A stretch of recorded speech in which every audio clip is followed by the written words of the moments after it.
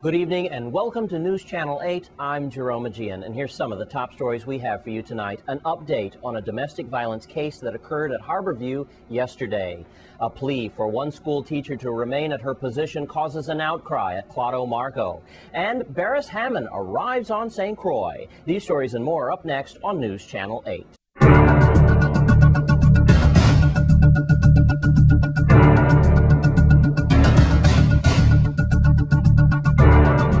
In our top story tonight, an all-points bulletin for a brutal domestic violence suspect. News Channel 8's Wes Small has the story. Thanks a lot, Jerome.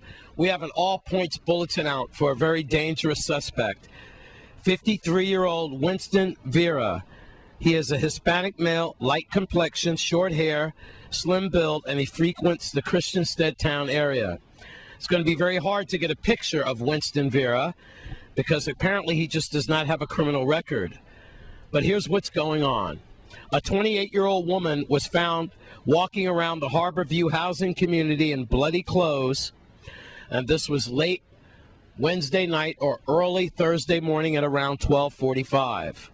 An all-points bulletin does exist for her ex-boyfriend, Winston Vera. That's when the 28-year-old victim was sleeping, like I said, around 12:30 in the morning, and she had her 5-year-old son at home with her as well. Winston Vera severely beat this woman. He stabbed her repeatedly with a broken beer bottle.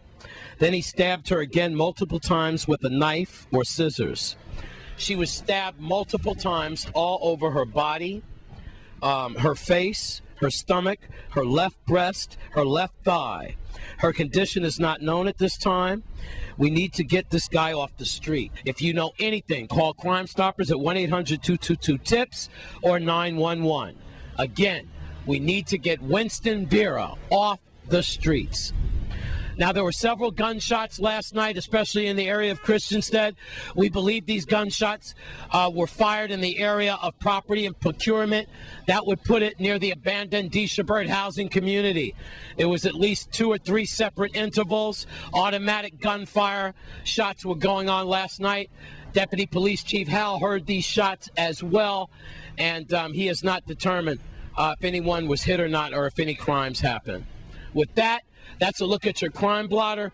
Please get Mr. Vera off the streets. I cannot bring it home to you enough that we need to get this dangerous criminal off the streets before he stabs or hurts someone else. And remember that 5-year-old little boy who had to watch his mother get brutalized.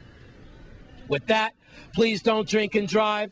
Have a good weekend. I'm Wes Small for News Channel 8. Thanks, Wes. And now we hear from Melody Rames with an update on the manhunt for this brutal and dangerous suspect. Police on St. Croix have updated the description of a man wanted in connection with the multiple stabbing of a 28-year-old woman. The suspect's name is Dylan Winston Vieira. He is a 59-year-old light complexioned black man who lives on Queen Street in Christiansted Town, 45 pounds. He has black hair and brown eyes. Detectives say Dylan Winston Vieira is 5 foot 5 inches tall and weighs 104. Drives a white Ford 150 pickup truck. Police issued an all-points bulletin for Vieira after he was identified as the suspect who stabbed his ex-girlfriend several times on Thursday, October 21st.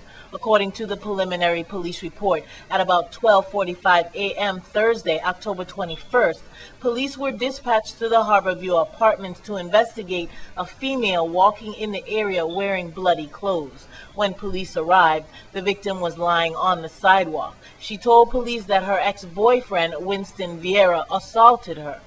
Police investigation revealed that sometime before 12:30 a.m., the victim's ex-boyfriend, later identified as Vieira, entered into her apartment while she was sleeping, beat her about the body with a glass bottle, and then stabbed her several times in the left side of her face, her abdomen, her left breast, and left thigh with a knife. The victim was transported to the Governor Juan F. Louis Hospital for treatment, and police and domestic violence detectives were able to briefly speak with the victim while she was being attended to. A knife which will undergo forensic testing to determine if it is the weapon used in the assault, was found at the scene along with a roll of duct tape.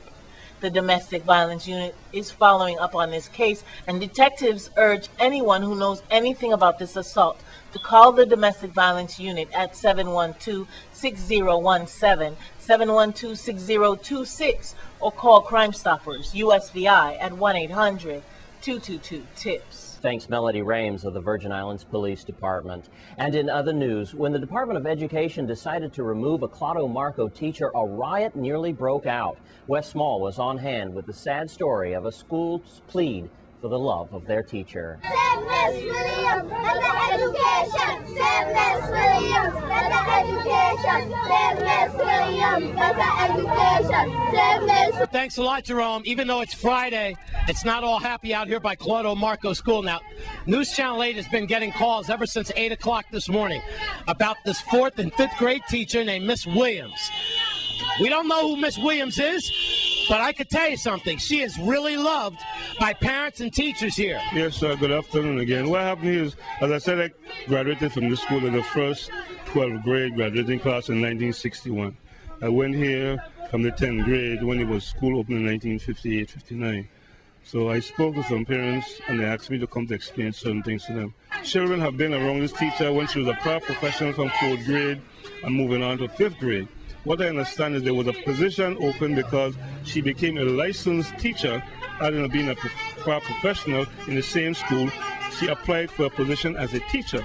Right. A teacher's position became available in certain places in Christiansted, and she interviewed for the position, and then I was saying that since she interviewed for the position and accepted the position, she must now move to another assignment when in fact the children are already adjusted to her attitude around them and helping them, as opposed to what the administration needs and wants to do. By the way, the children are not out here violating their own property, and they're doing it on lunch. So who would like to talk? Sweetheart, do you know Miss Williams? Yeah, this is my second year with her.